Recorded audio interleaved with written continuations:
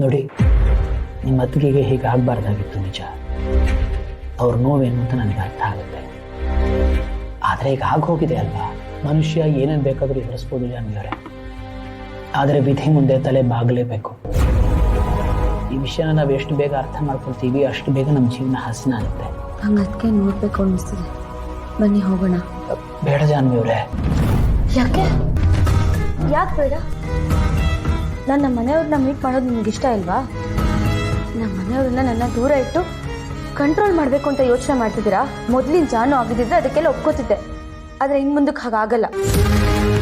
ನೀವು ಬರೋದೇ ಬೇಡ, ನಾನೇ ಹೋಗಿ ನೋಡ್ಕೊಂಡು ಬರ್ತೀನಿ. ಜಾನ್ವಿಯವರೇ, ನಿಮಗೆ ನನ್ನ ಮೇಲೆ ಅಭಿಮಾನ ಇಲ್ಲ ಅಂತ ನನಗೆ ಅರ್ಥ ಆಗ್ತಿದೆ, ಆದರೆ ಅನುಮಾನನಾದರೂ ಪಡಬೇಡಿ. ಒಂದ್ಸಲಿ ಅನುಮಾನ ನಮ್ಮ ಮನಸ್ಸಿಗೆ ಹೋಗ ಮೇಲೆ ಅದು ಮತ್ತೆ ಹೊರಗೆ ಹೋಗೋದು ತುಂಬ ಕಷ್ಟ ಆಗುತ್ತೆ. ನೋಡಿ, ಈಗ ನೀವು ಅನುಮಾನ ಪಡ್ತಿರೋ ಹಾಗೆ ನಾನು ನಿಮ್ಮನ್ನು ಕಂಟ್ರೋಲ್ ಮಾಡಬೇಕು ಅನ್ನೋದಕ್ಕಾಗಲಿ ಅಥವಾ ಬೇರೆ ಯಾವುದೋ ಕಾರಣದಿಂದ ಹೀಗೆ ಮಾಡ್ತಾ ಇಲ್ಲ. ಬೇಕಾದ್ರೆ ಬನ್ನಿ, ಕರ್ಕೊಂಡು ಹೋಗ್ತೀನಿ. ನಾನು ಇಲ್ಲಿಗೆ ಬರೋವಾಗ ಸಿದ್ದು ಅವ್ರಿಗೆ ಫೋನ್ ಮಾಡಿದೆ. ನಿಮ್ಮ ಅತ್ತಿಗೆ ಪರಿಸ್ಥಿತಿ ಅಷ್ಟೊಂದು ಚೆನ್ನಾಗಿಲ್ಲ ಅಂತ ಅವ್ರು ಹೇಳಿದ್ರು. ಡಾಕ್ಟರ್ ಅವ್ರಿಗೆ ಕಂಪ್ಲೀಟ್ ರೆಸ್ಟ್ ಹೇಳಿದ್ದಾರೆ ಅಂತ ಹೇಳಿದ್ರು. ಹಾಗಿದ್ಮೇಲೆ ನಾವು ಸಾಂತ್ವನದ ಹೆಸರಿನಲ್ಲಿ ಅವ್ರಿಗೆ ಇನ್ನೂ ಅಸಮಾಧಾನ ಮಾಡೋದು ಸರಿಯಲ್ಲ ಅಲ್ವಾ? ಹಾಗಂತ ಹೋಗದೆ ಇರೋದಕ್ಕಾಗುತ್ತಾ ಹೇಳಿ? ಮಗು ಕಳ್ಕೊಂಡ್ರೆ ಹೇಗಿರುತ್ತೆ ಅಂತ ನನಗೆ ಚೆನ್ನಾಗಿ ಗೊತ್ತಿದೆ. ಅದಕ್ಕೆ ಹೇಳ್ತಿರೋದು ಹೋಗಿ ಬರೋಣ ಅಂತ. ಮಗು ಕಳ್ಕೊಂಡಿರೋದು ನೀವೊಬ್ಬರೇ ಅಲ್ಲ ಜಾನ್ವಿಯವರೇ, ನಾನು ಕೂಡ. ನಮ್ಮ ಮಗು ನಮ್ಮಿಂದ ದೂರ ಆಗಿ ಎಷ್ಟೋ ಸಮಯ ಆಯಿತು. ಆದರೂ ಅದರ ನೋವು ನಮ್ಮಲ್ಲಿ ಇನ್ನೂ ಹಸಿಯಾಗೇ ಇದೆ ಅಲ್ವಾ? ಇಷ್ಟೊತ್ತಿಗೆ ನನ್ನ ಮುಂದೆ ನಗ್ನಗ್ತಾ ಆಟ ಆಡಬೇಕಾಗಿದ್ದ ಮಗು ಕಾಲಗರ್ಭದಲ್ಲಿ ಎಲ್ಲೂ ಕಳೆದೋಗಿದೆ ಜಾನ್ವಿಯವರೇ. ಡಾಕ್ಟರ್ ಹೀಗೆ ಅಡ್ವೈಸ್ ಮಾಡಿದ್ದಾರೆ ಅಂತಂದರೆ ಅದರ ಹಿಂದೆ ಒಂದು ಪ್ರಬಲವಾದ ಕಾರಣ ಇರುತ್ತೆ. ನಿಮ್ಮ ಅತ್ತಿಗೆ ನೋವು ಏನು ಅಂತ ನನಗೆ ಅರ್ಥ ಆಗ್ತಿದೆ. ಆದರೆ ಈಗ ನಾವು ಹೋದರೆ ಮತ್ತೆ ಮಗುವಿನ ವಿಷಯವಾಗಿ ಅವರು ಜ್ಞಾಪಕ ಬರುತ್ತೆ ಜಾನ್ವಿಯವರೇ. ಅದು ಸರಿಯಲ್ಲ ಅಲ್ವಾ? ನೋಡಿ, ಈಗ ನಾನು ಈ ವಿಷಯ ಎಲ್ಲ ಮಾತಾಡಿ ನಿಮ್ಮ ಮನಸ್ಸಿಗೆ ನೋವು ಮಾಡಿದ್ದೀನಿ.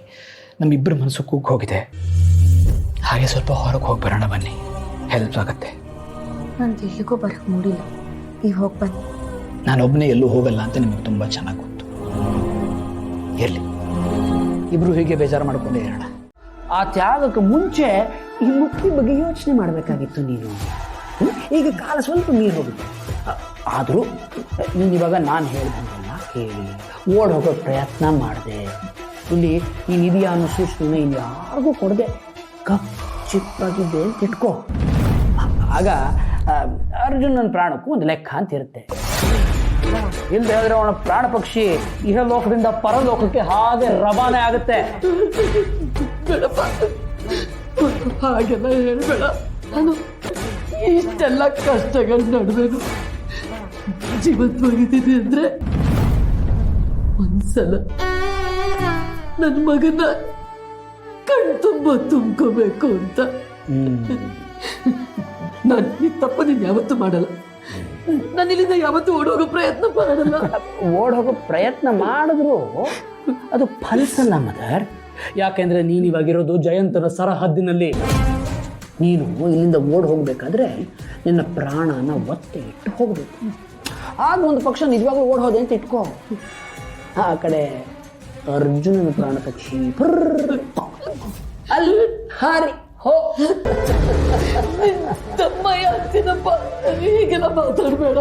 ನಾನು ಹೇಳದ್ದಲ್ಲ, ನಾನು ಓಡೋಗೋ ಪ್ರಯತ್ನ ಯಾವತ್ತೂ ಮಾಡಲ್ಲ ಅಂತ. ಸರಿ ಪುತ್ರ, ನೀನು ಓಡೋಗೋ ಪ್ರಯತ್ನ ಮಾಡಬೇಡ. ಸದ್ಯಕ್ಕೆ ನೀರು ಕುಡಿ.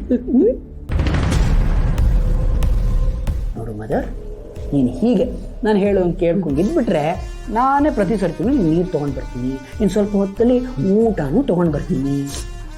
ಜೋಪಾನ, ಏನಾದರೂ ನಾನು ಹೇಳಿದ್ದನ್ನು ಮೀರಿ ಕೆಲಸಗಳನ್ನು ಮಾಡೋಕ್ಕೆ ಪ್ರಯತ್ನ ಪಟ್ಟರೆ ಈ ನೀರು ತುಳಸಿ ನೀರಾಗ್ಬಿಡುತ್ತೆ. ಹಾಗಾಗೋದು ಬೇಡ ಅಲ್ವಾ?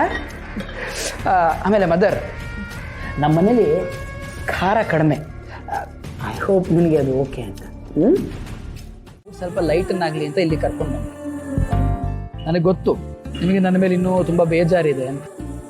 ಆದರೆ ಏನು ಮಾಡಲಿ, ನನಗೆ ನಿಮ್ಮ ಮೇಲೆ ಇರೋದು ಪ್ರೀತಿಯ ಅತಿಯಾಗಿರ್ಬೋದು, ಆದರೆ ಪ್ರೀತಿನೇ ತಾನೆ ನೋಡಿ. ಅದಕ್ಕೆ ನಾನು ಯಾವಾಗಲೂ ನೀವು ನನ್ನ ಸಂತೋಷವಾಗಿರ್ಬೇಕು ಅಂತ ಬಯಸೋದು. ನಿಮ್ಗೆ ಜ್ಞಾಪಕ ಇದೆಯಾ, ಮೊದಲನೇ ಸರ್ತಿ ನಾವು ಔಟಿಂಗ್ ಹೋದಾಗ ನಾನು ನಿಮಗೆ ಪಾವ್ ಭಾಜಿ ಕೊಡ್ಸಿದ್ದೆ. ಅದನ್ನ ಎಷ್ಟು ಖುಷಿಯಾಗಿ ಸಂತೋಷವಾಗಿ ತಿಂದಿದ್ರಿ ಅಂದ್ರೆ ನನಗಿನ್ನೂ ಕಣ್ಣಿಗೆ ಕಟ್ಟದಾಗಿದೆ ನೋಡಿ.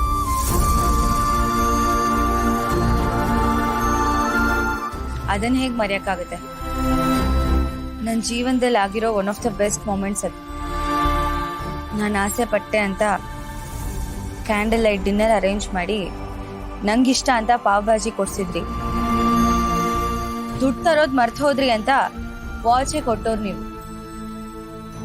ಇವಾಗೇನು ಆ ಸೀನ್ನ ಮತ್ತೆ ರೀಕ್ರಿಯೇಟ್ ಮಾಡ್ಬೇಕು ಅಂತ ಇದ್ದೀರಾ? ರೀಕ್ರಿಯೇಟ್ ಮಾಡಬೇಕು ಅಂತ ನನಗೆ ಮನ್ಸಿದ್ರು ಅದನ್ನ ಎಂಜಾಯ್ ಮಾಡೋ ಖುಷಿ ನಿಮ್ಗಿಲ್ವ? ಡೋಂಟ್ ವರಿ, ಇನ್ನು ಮುಂದೆ ನೀವು ನನ್ನ ಜೊತೆ ಇರೋವರೆಗೂ ಪ್ರತಿ ಕ್ಷಣನೂ ಅಷ್ಟು ಮೆಮೊರೇಬಲ್ ಆಗೇ ಇರುತ್ತೆ. That much I can promise. Anyway, ಈಗೇನು ಆರ್ಡರ್ ಮಾಡಲಿ?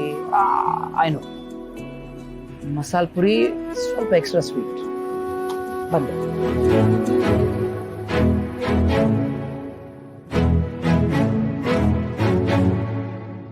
ಬನ್ನಿ.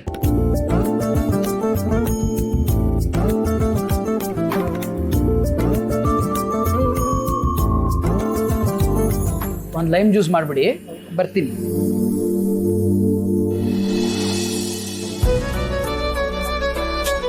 ಬಿಸಿ ಬಿಸಿ ಪಾನಿಪುರಿ ವಿತ್ ಎಕ್ಸ್ಟ್ರಾ ಸ್ವೀಟ್. ಒಂದು ನಿಮಿಷ, ನಾನೇ ತಿನ್ನಿಸ್ತೀನಿ. ಈ ಕ್ಷಣನೂ ರೊಮ್ಯಾಂಟಿಕ್ ಮಾಡೋ ಪವರು ನಿಮ್ಮೊಬ್ಬರಿಗೆ ಇರೋದು ನೋಡಿ. ನಾನೀಗ ರೊಮ್ಯಾಂಟಿಕ್ ಮೂಡ್ನಲ್ಲಿಲ್ಲ. ನಾನು ಬೇಜಾರಲ್ಲಿದ್ದೀನಿ ಅಂತ ಗೊತ್ತು ತಾನೆ. ಅದು ಅಲ್ಲದೆ ದೇವ್ರು ನನಗೆ 2 ಕೈ ಕೊಟ್ಟಿದ್ದಾನೆ. ನಾನೇ ತಿನ್ಕೋತೀನಿ.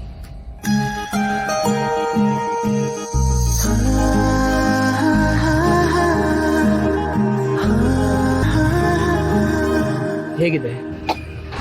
ಅರೆ, ಒಂದು ನಿಮಿಷ ಬಂದೆ. ಸರ್, ನೀರು ಕೊಡಿ.